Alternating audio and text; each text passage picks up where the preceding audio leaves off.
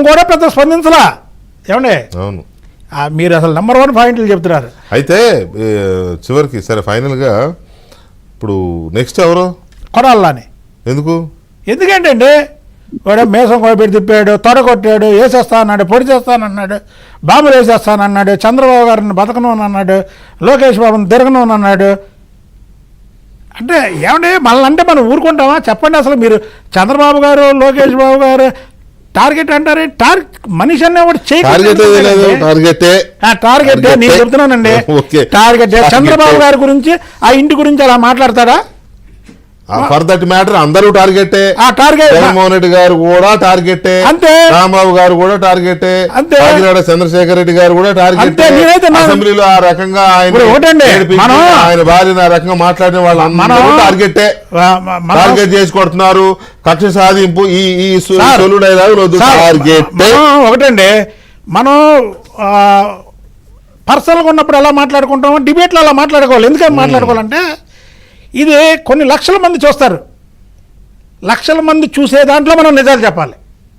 మనం నిజం చెప్పకుండా ఎక్కడన్నా సరే టార్గెట్ కాదండి, చట్టం తన పని తను చేసుకుంటుంది, ఈ డైలాగులు సినిమా డైలాగులు లేకపోతే అవి చెప్పేమనుకోండి, దాంట్లో అసలు ప్రయోజనం ఉండదు. ఒకటి వెంకన్న గారు, ఇవాళ ఈ అరెస్టుతో ఎంత మీ కార్యకర్తలు ఎంత జోష్ వచ్చిందో చూసారు. మీ కార్యకర్తల్లో కాదండి, మహిళల్లో కూడా అంత మాట అన్నాడు.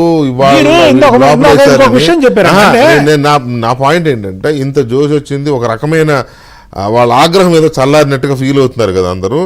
ఇది మీ ప్రభుత్వానికి, మీ పార్టీకి చేరాలి, గమనించాలి. ఓహో ఇంకా చాలా ఉన్నాయి, ఇవాళ వరకు కార్యకర్తలు మన మీద కోపంతో ఉన్నారంటే ఇది కారణం అనేది తెలియాలి. అది మీలాంటి వాళ్ళు మరి కీలక పదవిలో ఉన్నారు. ఇంకొక విషయం చెప్తానండి, మీరు ఇందాక ఒక మాట చెప్పారు, భువనేశ్వరి గారు అంటే భువనేశ్వరి గారికే ఇంత సింపతి ఎందుకు వచ్చిందంటే దానికి చిన్న ఉదాహరణ చెప్తా. వాళ్ళ నాన్నగారు 83 ముఖ్యమంత్రి, 85 ముఖ్యమంత్రి, 94 ముఖ్యమంత్రి, వాళ్ళ భర్త గారు 96 ముఖ్యమంత్రి, 99 ముఖ్యమంత్రి, 2014 ముఖ్యమంత్రి, 2024 ముఖ్యమంత్రి. ఈ కాంగ్రెస్ ప్రభుత్వంలో చెన్నారెడ్డి గారు కానివ్వండి, నెదిరిమల జనార్దన్ రెడ్డి గారు కానివ్వండి, విజయభాస్కర్ రెడ్డి గారు కానివ్వండి, అలాగే రాజశేఖర రెడ్డి గారు కానివ్వండి, వీళ్ళు ముఖ్యమంత్రులుగా పనిచేసినప్పుడు ఒక ముఖ్యమంత్రి భార్యగా భువనేశ్వరి గారు పలానా ట్రాన్స్ఫర్లో కలగ చేసుకున్నారని కానీ ఏనాడు అసలు అది మీకు భువనేశ్వర్ గారికి ఎక్కడ సంపత్తి వచ్చిందంటే లోకేష్ కలగ చేసుకున్నాడు. ఇప్పుడు మీకు భువనేశ్వరి గారికి ఇంత సంపత్తి వచ్చిందంటే కనీసం ఎగనిస్ట్ ముఖ్యమంత్రులు కూడా అసెంబ్లీలో కానీ బయట కానీ ఆమె గురించి ఇంట్రెస్టింగ్ పాయింట్ ఉంది వెంకన్న గారు, చెప్పండి. నాకెందుకో ఇందాక నుంచి బాగా వస్తుంది అది.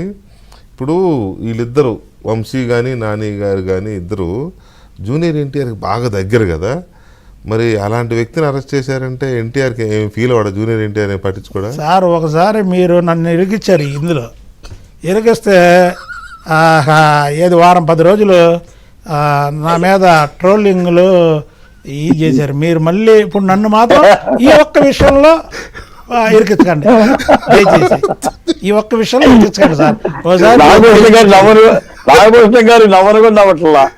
ఆయనకు తెలుసు కావాలని ఇరికియడానికి నన్ను పెట్టాడు. అదేం కాదు, నా మనసులో ఉన్న క్వశ్చన్ కాదు, అందుకే లాస్ట్ ఆ విషయం గురించి నేను ఏంటంటే భువనేశ్వర్ గారి మీద ఆ రకంగా మాట్లాడినప్పుడు కూడా జూనియర్ ఎన్టీఆర్ సీరియస్ గా స్పందించలా, అప్పుడే మిమ్మల్ని అడిగింది. సో అలాంటి వీళ్ళిద్దరి మీద కాల్ వేసుకుని కూర్చున్న ఫోటోలు కూడా తిరుగుతూ ఉంటాయి జూనియర్వి. కాబట్టి మరి ఏంటంటే సరే మిమ్మల్ని ఇబ్బంది పెట్టొద్దు అన్నారు కూడా వదిలేస్తాను. Anyway thank you very much Venkanna గారు చర్చలోకి పాల్గొన్నందుకు ఇవాళ. అలాగే బాలకోటయ్య గారు, నాగభూషణ్ గారు థ్యాంక్ యూ వెరీ మచ్ అండి. ఇది వారి డిబేట్, మళ్ళీ రేపు కలుద్దాం. శుభరాత్రి.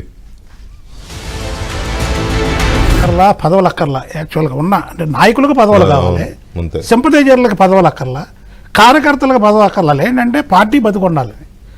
వాళ్ళు తెలుగుదేశం పార్టీ అధికారంలోకి వచ్చినప్పటి నుంచి ఇప్పటి వరకు ముఖ్యంగా వల్లభనేని వంశీ, కొడాలి నాని, ద్వారంపూడి చంద్రశేఖర్ రెడ్డి, పిన్నెల్లి రామకృష్ణారెడ్డి, ఇందా చెప్పారు మీరు ఆ నెల్లూరు అనిల్ కుమార్ యాదవ్, ఇలా 10 మంది ఉన్నారు. ఈ 10 మందిలో కూడా వంశీ అనేవాడు ఫస్ట్. ఎందుకు ఫస్ట్ అంటే దేవత లాంటి భువనేశ్వరి గారిని మీరు ఇందాక ఎవరో అన్నారు, మీరు అన్నారు రాక్షసుడు, క్రిమినల్, అవి కాదండి, రాక్షసుడు క్రిమినల్, రాక్షసులకు కూడా నీతి ఉంటుంది, క్రిమినల్స్కి కూడా నీతి ఉంటుందండి, సైకోలకు నీతి ఉండదు. అవును. తల్లి పాలు తాగి తల్లి రొమ్మును గుద్దేదారు అంటారు చూసారా, అది సరిపోయిద్ది. తిన్న ఇంటి వాసాలు లెక్క పెడతారంటారు చూసారా, అది సరిపోయిద్ది ఈ వంశీ అనేవాడికి. ఎందుకంటే వంశీ చరిత్ర ఏంటి, వంశీకి రాజకీయ బ్యాక్గ్రౌండ్ ఏంటి. చంద్రబాబు నాయుడు గారు విజయవాడ పార్లమెంట్ టికెట్ ఇచ్చారు, ఇస్తే సరే తక్కువ తేడాతో ఓడిపోయాడు. తర్వాత గన్నవరం సీటు ఏ మాటగా మాట చెప్పుకోవాలంటే దాసరి బాలవర్ధన్ రావు గారి ఫ్యామిలీ చాలా పెద్ద ఫ్యామిలీ, గొప్ప ఫ్యామిలీ మనం చెప్పుకోవచ్చు. దాంట్లో రెండో క్వశ్చనే లేదు, ఇవాళ వాళ్ళ పార్టీలో ఉన్నా లేకపోయినా. అలాంటి ఆయన్ని కాదని ఇందులో పార్టీ